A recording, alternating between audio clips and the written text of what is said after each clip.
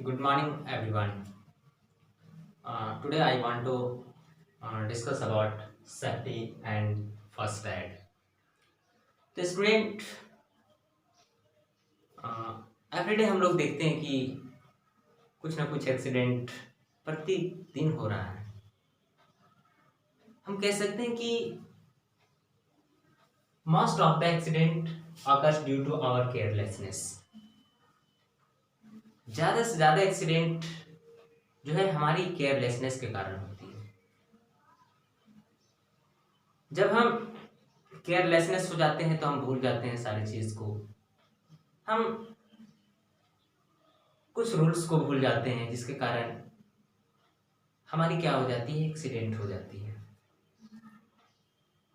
तो स्टूडेंट आइए हम लोग आज इस चैप्टर में जानेंगे कि किस तरह से हम लोग एक्सीडेंट से बच सकते हैं। तो student we should follow safety rules, avoid accident. जानेंगे हम लोग को क्या क्या चीज करना चाहिए एक्सीडेंट से बचने के लिए। तो first of all safety at home. Student जरूरी नहीं है कि सिर्फ आपका एक्सीडेंट जो है आउटडोर में ही हो। आपका एक्सीडेंट आपके घर पे भी हो सकता है, आपके रूम में भी हो सकता है। कैसे? जब आप केयरलेसनेस रहोगे। बहुत सारी ऐसी चीजें हैं जिसके कारण आप जो है अपने घर में एक्सीडेंट हो सकते हैं। तो आइए इनसे कुछ बचने के लिए सबसे पहले हम लोग सेफ्टी एट होम पढ़ेंगे। फर्स्ट पॉइंट कहता है keep the floor dry. Student सबसे पहले हमें अपने घर के फर्श को, फ्लोर को ड्राई रखना चाहिए, सूखा रखना होगा। अगर यदि यह ड्राई नहीं रहेगा तो आप क्या कर सकते हो, आप स्लिप कर सकते हो, आपकी स्लिपिंग हो सकती है और आप गिर सकते हो, आपके बॉडी के पार्ट्स डैमेज हो सकते हैं।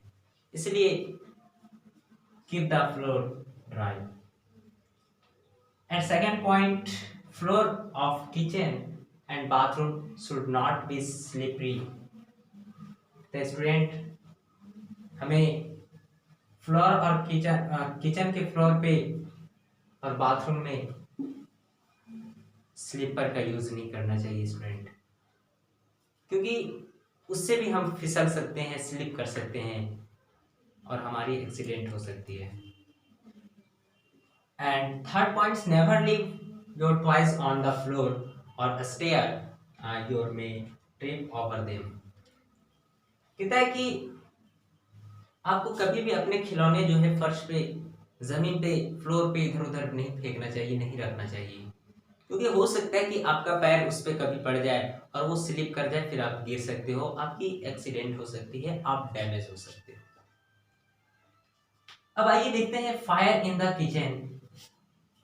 बहुत ही ज्यादा देखा जाता है कि किचन में फायर, आग लग जाती है गैस से। गैस फट जाता है, गैस खुल जाता है, लीकेज कर जाता है और आग लग जाती है। तो उसके लिए हमें क्या करना चाहिए, कुछ सेफ्टी रूल्स देखते हैं। In case of a gas leakage, जब आपका गैस लीकेज कर रहा है तो open the door and windows to the let the gas out. तब आप लोग को क्या करना चाहिए, जब गैस खुल गया है, गैस लीकेज कर रहा है आपका, तो आप खिड़की और दरवाजे को खोल दे ताकि गैस जो है वो उससे बाहर जा सके। And do not light match stick और turn on electric switch at the time of gas leakage.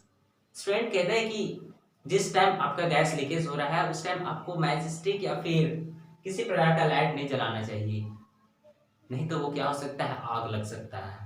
इसलिए उस टाइम ना ही हमें इलेक्ट्रिक स्विच को ऑन करनी चाहिए, ना किसी प्रकार की लाइट्स और ना ही मैच स्टिक का यूज करना चाहिए, वरना उस आपके किचन में आग लग सकता है। तो ये था। अब नेक्स्ट है इलेक्ट्रिक शॉक्स।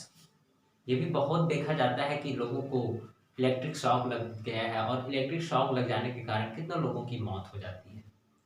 तो इसका भी ख्याल हमें रखना चाहिए। फर्स्ट ऑफ ऑल कहता है कि do not touch a damage wire.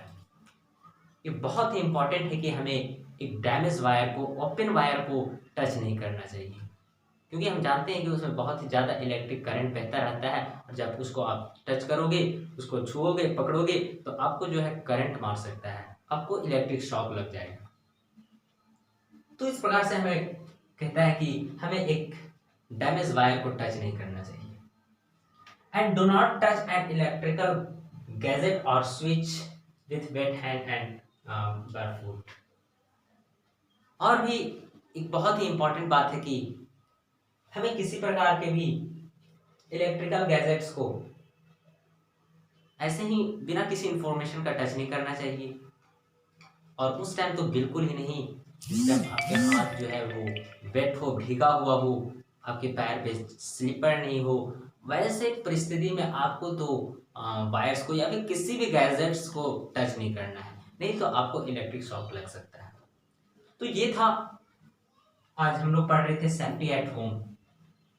फिर हम लोग सेकंड पार्ट में पढ़ेंगे safety at school, safety on the road. Okay, फिर बारी बारी से आप लोग तक वीडियो में पहुंचाने की कोशिश करूंगा। मैं उम्मीद करता हूं कि आप लोग इसे ज़रूर ध्यान से पढ़ेंगे और अपने नोट्स में ज़रूर इसको बनाते रहें, safety and first aid. Okay, thank you my students.